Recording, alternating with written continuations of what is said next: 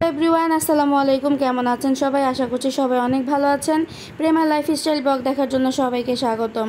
সকাল সকাল ঘুম থেকে উঠে ফ্রেশ হয়ে নিয়েছি, তারপরে অনেকগুলো চা বানিয়ে নিয়েছি, কারণ বেশি করে চা না খেলে সারাদিন ভালো লাগে না, আর বিশেষ করে এই চাটা আমাকে সারাদিন একটা শক্তি যোগায়। তারপরে এই চায়ের সাথে নিয়েছিলাম এই রুটিগুলো এত মজা, ভিতরে কিশমিশ এবং মোরব্বা আছে, তার জন্য অনেক বেশি মজা লাগে। যাই হোক, মা ছেলে মিলে নাস্তা খেয়ে নিয়েছিলাম।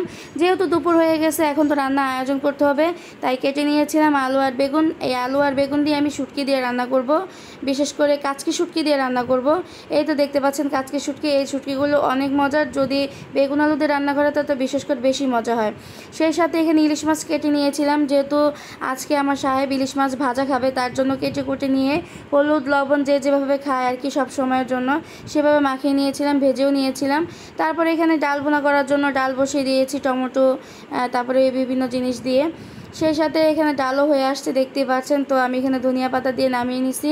সেই সাথে পাশে আমি ভাতও বসাই দিছি, যেহেতু সন্ধ্যার পরে আমার একটু কাজ আছে, এই জন্য আজকে তাড়াহুড়া করেই সব কাজগুলো সেরে নিয়েছি।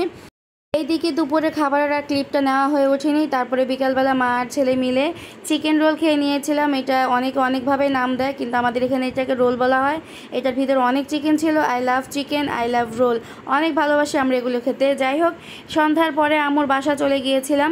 যাওয়ার পরে ছোটো বোনকে দিয়ে আম্মু নিজের গাছের পেঁপে কাটালো এবং সেটা খেয়ে নিয়েছিলাম। সেটা খেতে ভীষণ মজা এবং ডিজাইন করে কাটছে, জিনিসটা দেখতেও কিন্তু খুব ভালো লাগছে।